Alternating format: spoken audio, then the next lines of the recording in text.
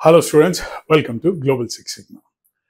అయితే చాలామంది స్టూడెంట్స్ ఇప్పుడున్న ఈ వీడియో మేము చేయదలుచుకుంది ఎందుకు అని అంటే, చాలామంది స్టూడెంట్స్ చాలా కన్ఫ్యూజన్ ఉన్నారు. ఒక జనరేషన్ ఆఫ్ స్టూడెంట్స్ కన్ఫ్యూజన్లో ఉండడం నా ప్రకారంగా ఒకప్పుడు చాలా మంచిది అనుకుంటున్నారు. కన్ఫ్యూజన్ అంటే క్లారిటీ కోసం ముందుకు వెళ్ళాలని. అయితే ఇప్పుడున్న కన్ఫ్యూజన్ క్లారిటీ తీసుకోకుండా చాలామంది ఏమవుతున్నారంటే డిప్రెషన్కి లోనైపోతున్నారు. అంటే ఫర్ ఎగ్జాంపుల్ ఎడ్యుకేషన్లో నేను చదివిన ఇంటర్మీడియట్ చదివితే ఇది చాలే మనకు బాగుంటుంది, డిగ్రీ చదివితే మనకి ఇది చాలే సెట్ అయిపోతాను, మాస్టర్స్ చేస్తే సెట్ అయిపోతాను, ఇలా రకరకాలుగా ఇన్ఫర్మేషన్ ఉండేది మాకు. కొంతమంది ఇప్పుడు ఈ కొత్త జమానా ఇన్స్టాగ్రామ్, యూట్యూబ్ ఇలాంటివి వస్తే ఏం చేసినా చేయకపోయినా పిచ్చి పిచ్చి పనులు చేసినా కానీ కూడా కింద పైన ఎగిరినా, పచ్చళ్ళు అమ్మినా, దుప్పట్లు అమ్మినా నాకు డబ్బులు వస్తున్నాయి ఇన్స్టాగ్రామ్లో అనుకొని చాలామంది అంటే మంచి మంచి టాలెంటెడ్ కోర్సెస్ లేదంటే మంచి మంచి ప్రొఫెషన్స్కి సెటిల్ అయ్యే కన్నా ఈజీ మనీకి అలవాటు అయిపోయారు. సో ముఖ్యంగా ఈ రోజు ఉన్న టాపిక్, కొంతమంది పేరెంట్స్ నా దగ్గరకు వచ్చి మాట్లాడి అబ్రాడ్లో ఎందుకు సార్, ఇక్కడే చదువుకుంటే బాగుంటుంది, కళ్ళ ముందే ఉంటారు. లేదా కొంతమంది స్టూడెంట్స్ మాకే వచ్చి 20,000 సంపాదించుకున్నా నాకు తల్లిదండ్రులు ముందు ఉండి వాళ్ళ సంతోషం నేను చూసుకుంటే సరిపోతుంది అనే వాళ్ళు చాలామంది ఆర్గ్యుమెంట్ చేశారు. Everything has got an emotion and all. అయితే సెటిల్మెంట్ అనేది, జీవితంలో సెటిల్మెంట్ అనేది ఈ రోజు జరిగేది కాదు, నీ ఫ్యూచర్ ఇన్వెస్ట్మెంట్. సెటిల్మెంట్ అంటే ఫ్యూచర్ కోసం ఇన్వెస్ట్మెంట్. సో మీరు ఫ్యూచర్లో ఏదన్నా కావాలి, ఇప్పుడు ఎవరైతే అన్నారో 10,000 20,000 తల్లిదండ్రుల ముందు ఉంటే, రేపు పొద్దున అదే తల్లిదండ్రులకి ఒంట్లో బాగాలేకపోతే హాస్పిటల్ తీసుకెళ్ళాలి అంటే చేతిలో డబ్బు లేదన్నప్పుడు ఏంటి నీ పరిస్థితి, అది ఒకసారి ఆలోచించుకో.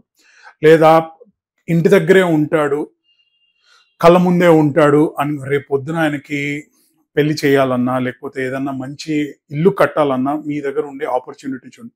సో టెంపరీ కంఫర్ట్ ఎప్పుడు చూసుకున్నా మీరు లాంగ్ టర్మ్ గోల్స్ మీరు చేసుకోలేరు. సో ఆర్ ఇన్వెస్ట్మెంట్ చేయలేరు.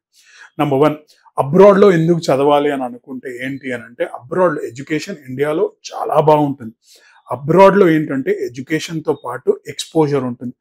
కొత్తదనం ఏంటి, ప్రపంచం ఎటువైపు వెళ్తుంది, కొత్త టెక్నాలజీ ఎలా ఉంది, అది ఏమవుతుంది బయటి దేశాల్లో వచ్చి ఇండియా వరకు మనకు అర్థమయ్యే లోపల 5 సంవత్సరాల నుంచి 10 సంవత్సరాలు అవుతుంది. అదే ఫస్ట్ హ్యాండ్ మీరు అక్కడ ఉండగలిగితే ప్రపంచం, నేను ఈ పలానా చేసుకోగలిగితే నేను సంపాదించుకోగలుగుతాను, ఇంత ఫాస్ట్గా సెటిల్ అవుతాను అనేది ఎక్స్పోజర్. నౌ ఎక్స్పీరియన్స్కి వచ్చే లోపల అబ్రాడ్లో ఉన్నప్పుడు మీకేమవుతుంది అని అంటే, ఎప్పుడైతే మీరు చిన్న ఉద్యోగం చేయండి. మీరు ఇప్పుడు చాలామంది మేకర్స్ ఆఫ్ మిల్క్ షేక్ అనేది ఒక కంపెనీ అనుకుంటే, ఆయన యూకేలో చదువుకున్నాడు.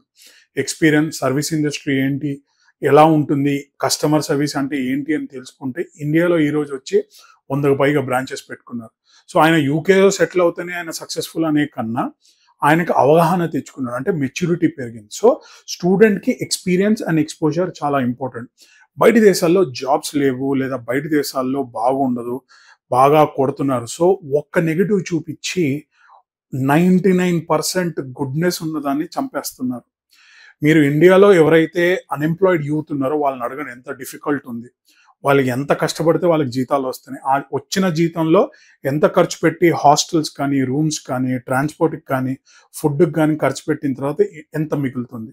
సో ఇవన్నీ మీరు ఒక క్యాల్కులేషన్ చేస్తే మీకు ఒక అవగాహన వస్తుంది.